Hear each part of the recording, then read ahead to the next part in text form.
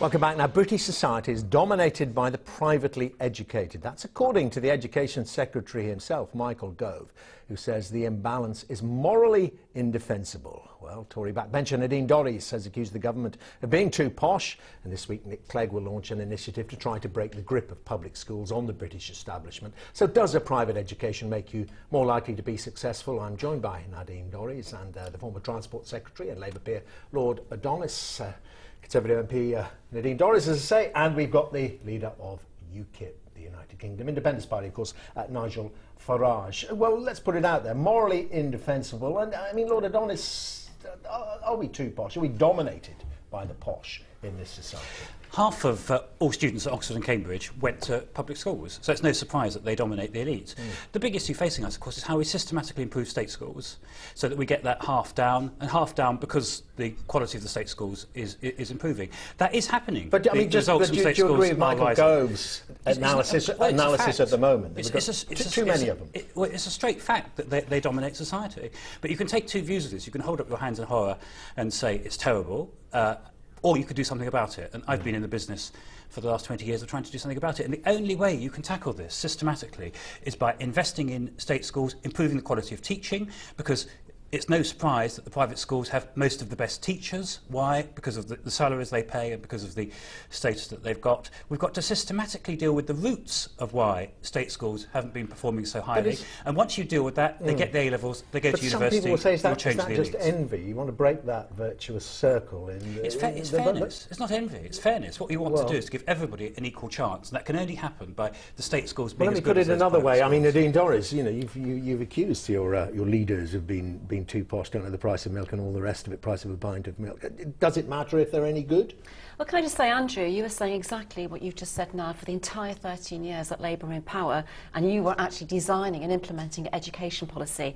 And I think what has been proven today is that it's failed, and that's not the right way to go about it. On the broad issue, if we accept that something's wrong in the education system, let's not point fingers because we can be here all day long. In terms of does it matter where you were educated, if you're any good at the job? Does it matter where the Prime Minister and the Chancellor were educated? It absolutely matters, because I can, if you look at organisations, large organisations like the BBC, banking, the creative arts, anywhere where it's highly paid, successful industries, most of the people who are being recruited into those industries have been through the private sector. The problem is that we used to have a grammar school system where state children were able to go to a school where the brightest, you know, the 20–25% brightest in an area, could be educated and compete. The issue is today is that we have a homogenised state education system, and we have private schools, independent schools, who teach to an incredibly high standard.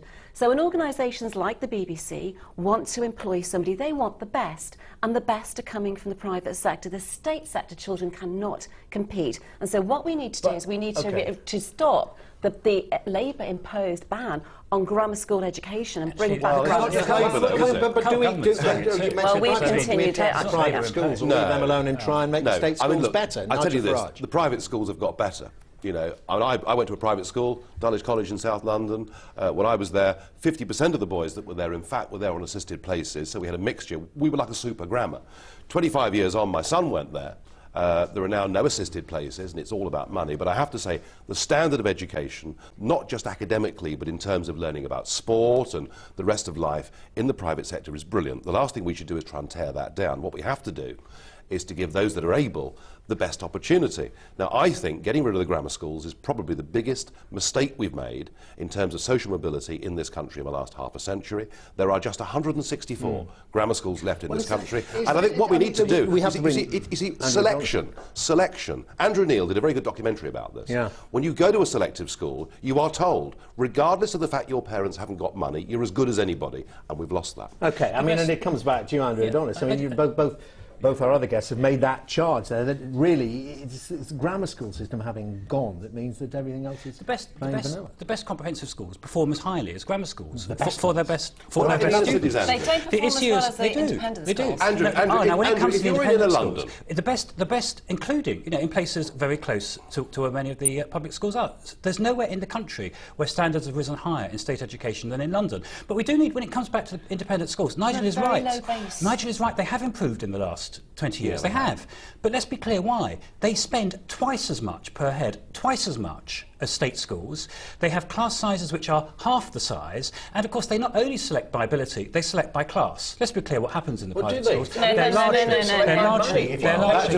not true. Money and class. But can we come back? Is pretty close to college. Dulwich, a school I know well. Can we come back to the inner cities? Dulwich is basically full of the children of the professional classes. Now that is a fact. There's no point trying to say it isn't true. It is. But what the issue for us is how we get the state schools. The mother or father who sends their child to that school may have come from a pretty poor background, done well, made their money and invested in their child's education. Andrew, when I was at Dulwich, we had people there from working class backgrounds because local authorities would pay for their school fees because these people won scholarships. And your argument about the inner cities, a friend of mine is a governor of a school in Croydon, a comprehensive in Croydon, in which there are currently spoken 57 different languages. Now, I'm sorry, it's as much as the school can do to organise its affairs, let alone to give its bright people the best opportunity. I just want to refocus it slightly with Nadine Dorries here, because you I know came through purely through the state system. Have you become such a success because or in spite of your education? Was it a good education system? My education was absolutely appalling. It was dreadful. It was in the 1970s and it was completely uncoordinated. I don't know, I've never actually analysed that. But what I do know is that there were many children on my council estate who went through the grammar school system and have become blisteringly successful, are high earners, and now are sending their children through the independent sector because there are no grammar schools for them to send their children to. It all comes back to I looked at some, we've done the analysis of the current cabinet and the current front bench, and indeed it must be said some on the opposition benches and the number of public school educated MPs, senior MPs there are. But if you look back to the 70s and those Wilson cabinets, they were, as Nadine Dorries is saying, they were coming through the grammar schools, but it still was the state system. The pool has gone, the pool of talent has been removed. Yeah, it's very important not to sort of romanticise the past. The elite has always been dominated by the public schools. This isn't something new. This changed, Andrew. This changed, didn't it? This changed with Wilson, with Heath, with Major. The grammar school people were getting to the top, and now they're not. Actually, I'm afraid even then it was the private school elite that ran the country.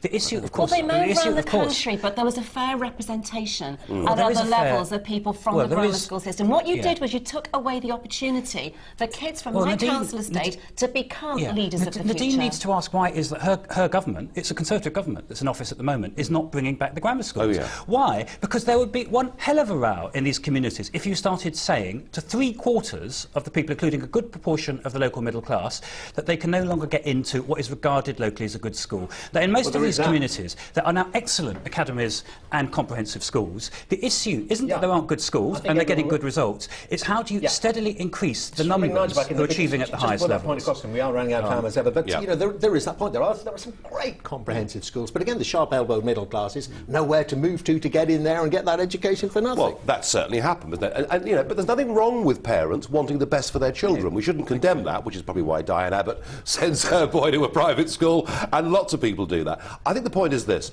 This isn't a Labour-Tory argument. The entire political class in this country, Labour, Lib Dem and Conservative, have decided to turn their backs on the brightest kids from the poorest backgrounds, and that, I think, is a tragedy. OK, Nadine, you have to answer the charge there from Andrew Adonis. What are you doing then in government if so many of you there are such fans of the grammar school system? I thought Michael Gove's speech yesterday was quite significant. The fact that he's acknowledged that the poor children are staying poor and the rich are getting richer. And I think that was quite a very profound statement. And I wouldn't be surprised if we see policy develop on the back of that. Because, if anybody can do this, Michael Gove can do it. But what you're getting is, and it's an extension of Labour's programme, of course, is academies, free schools. But then everyone's getting really confused about which ones are good. Why can't they all be good? But none of them are as good as the state, as the independent sector. Many academies are performing at an outstandingly high level, including a number of academies which are sponsored by private schools. What we need to do to bridge this divide is to get our best schools, whether they be state or private, to systematically take charge of the management of underperforming comprehensive schools, so that you get the good quality teaching, the high aspiration, and you start delivering the results. But every one of those academies... the government's job is to see that you have the schools well run. But every one of those academies and every one of those free schools would like the ability to select on ability, and they're being denied that. That is not actually true. What they need is the resources to succeed, and that's the job of the government. OK, select on ability or not in 10 seconds, Nadine Dorries? Absolutely. Select on ability. We should. The government just take its hands off it and let grammar schools expand and let schools select on ability, and the market will just sort itself out. OK, well, thank you all very much indeed. Illuminating debate, I hope, for our audience there, Lord Adonis, Nadine Dorries and Nigel Farage there.